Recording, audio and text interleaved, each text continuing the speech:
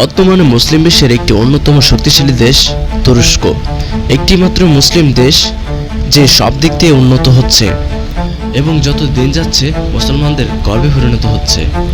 তুরস্কের আনকা এটি শুধু একটি ড্রোন নয়, এটি প্রযুক্তি সহনশীলতা এবং সার্বভৌমত্বের প্রতীক।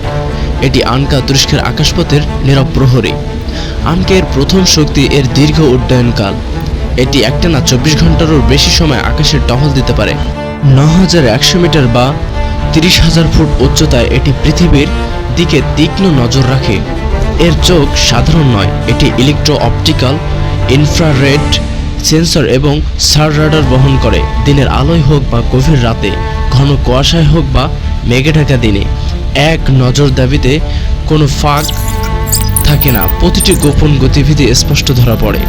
আনকা এস সংস্করণটি শুধু দেখেই না, প্রয়োজনে অ্যাকশনও নিতে পারে। এর স্মার্ট অ্যামুনিশন বহন ক্ষমতা একে নিখুঁত টার্গেট ডেস্ট্রয়ারে পরিণত করেছে।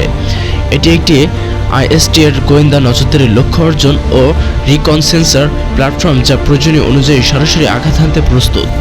কিন্তু আনকা শুধু যুদ্ধের সরঞ্জাম নয়, এটি মানবিক সহায়তাও অগ্রণী ভূমিকা পালন করে। দুর্যোগের সময় ক্ষতিগ্রস্ত এলাকার রিয়েল টাইম ছবি তুলে এটি দ্রুত উদ্ধার কাজ পরিচালনায় সাহায্য করে। স্যাটেলাইট কন্ট্রোল বা স্যাটকম এর মাধ্যমে এটি যে কোনো দূরত্ব থেকে পরিচালিত হতে পারে। এর অপারেশনের কোনো ভৌগোলিক সীমা নেই।